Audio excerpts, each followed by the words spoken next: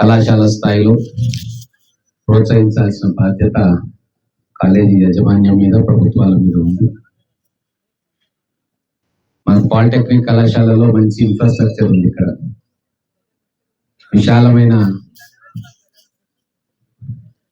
Open spaces ఉన్నాయి, grounds ఉన్నాయి.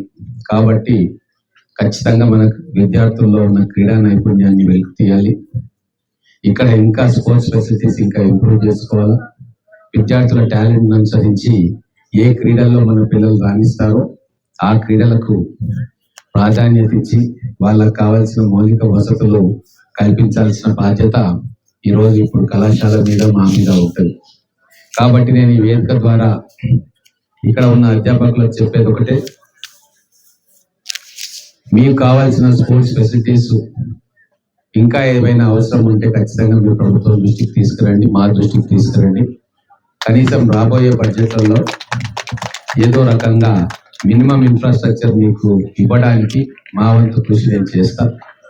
ఇక్కడ ఈ కళాశాలలో ఎన్సిసి కూడా మంచి యూనిట్ ఒకటి ఉంది. లాస్ట్ టైం విజిట్కి వచ్చినప్పుడు ఆ విద్యార్థులు ఎంతో ఆవేదనతోటి మాకు ఇక్కడ ట్రైనింగ్ సౌకర్యాలు లేవు, ఎప్పుడో ఎన్నో సంవత్సరాల క్రితం ఎస్టాబ్లిష్ చేసిన పాడైపోయినాయంటే నేను వాటి అన్నిటినీ తిరిగి చూసి ఇమ్మీడియట్ గా నిధులు శాంక్షన్ చేయాలని నిర్ణయం తీసుకొని రిపోర్ట్స్ కోసం అడిగా.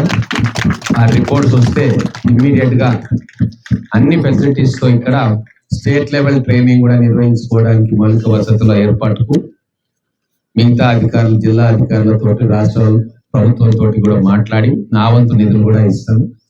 మన పాలిటెక్నిక్ కాలేజ్ చాలా పురాతనమైనది, ఎన్నో సంవత్సరాల క్రితం ఎస్టాబ్లిష్ చేసుకున్నాం.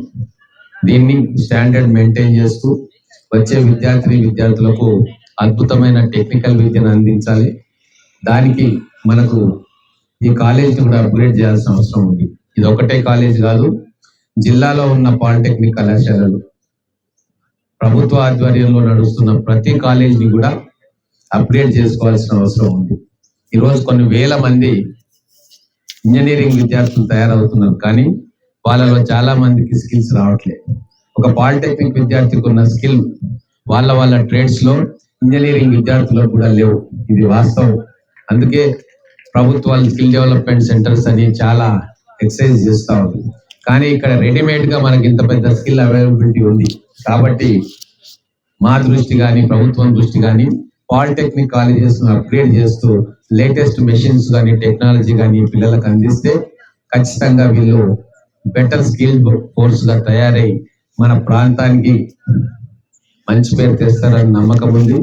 ఈరోజు మీ అందరి పిల్లలు ఒక విషయం మీరు అర్థం చేసుకోవాలి, మీ తల్లిదండ్రులకు, మీ చుట్టాలకు కూడా చెప్పాల్సిన అవసరం ఉంది. మన ముఖ్యమంత్రి గారు, మన ఇండస్ట్రీస్ మినిస్టర్ గారు దావోస్కి వెళ్ళారు. మీకు తెలుసా? ఎంతమందికి తెలుసు? ఎంతమందికి తెలుసు?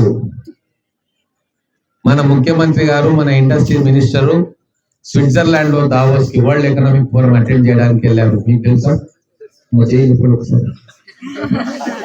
మీకు తెలుసా ఏం జరిగింది దావోస్ లో? 1,78,000 కోట్ల ఇన్వెస్ట్మెంట్స్ ను మన గౌరవ ముఖ్యమంత్రి గారు శ్రీధర్ బాబు మన తెలంగాణ టీం తీసుకొస్తా ఉంది.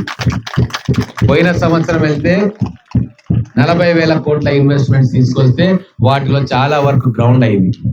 ఈ సంవత్సరం ఎవ్వరు ఊహించని విధంగా లాస్ట్ టైం కంటే 4 times ఈ రోజు మన గౌరవ ముఖ్యమంత్రి గారి చొరవతోటి 1,78,000 కోట్ల ఇన్వెస్ట్మెంట్ తీసుకొస్తున్నారు. ఇది చరిత్రలో సువర్ణాక్షరాలతో రాసుకునే ఒక సత్యం. ఇవన్నీ ఎవరి కోసం చేస్తున్నాం? మీరు బయటకు వచ్చినాక మీకు ఉద్యోగాలు రావాలి. ఇప్పుడు కంపెనీలు ఇక్కడికి వస్తా ఉన్నాయి, మేము దానికి ఇన్ఫ్రాస్ట్రక్చర్ ప్రొవైడ్ చేస్తా ఉన్నాం, కానీ స్కిల్డ్ వర్క్ ఫోర్స్ లేకుంటే ఆ కంపెనీలు ఇక్కడికి రావు. కాబట్టి మీరు ఆ స్కిల్డ్ వర్క్ ఫోర్స్ కావాలి, మీరు మీ ట్రేడ్స్ లలో నిష్ణాతులు కావాలి, ఎక్స్పర్టీస్ సంపాదించాలి. రేపు రాబోయే కంపెనీలలో మీరే ప్రధానమైన ఉద్యోగులు కావాలన్న కోరిక మాకుంది. కాబట్టి ఇంత పెద్ద ఎత్తున మీకోసం మేము దేశాలు తిరిగి కంపెనీలను తీసుకొస్తా ఉన్నాం.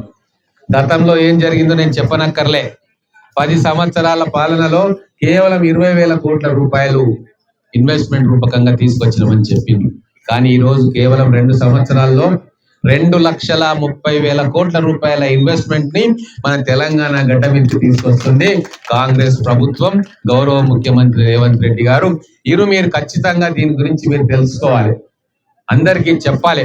మీకోసం కష్టపడుతున్న నాయకులు మన ముఖ్యమంత్రి గారు, మొత్తం టీం అంతా, ముఖ్యమంత్రి గారు, కేబినెట్, ఎమ్మెల్యేలు మొత్తం కూడా విద్యా వ్యవస్థను మెరుగుపరచడానికి, మన పిల్లలకు అత్యద్భుతమైన విద్య నేర్పియడానికి కొన్ని వేల కోట్ల రూపాయలు ఖర్చు పెట్టడానికి సిద్ధంగా ఉన్నాం.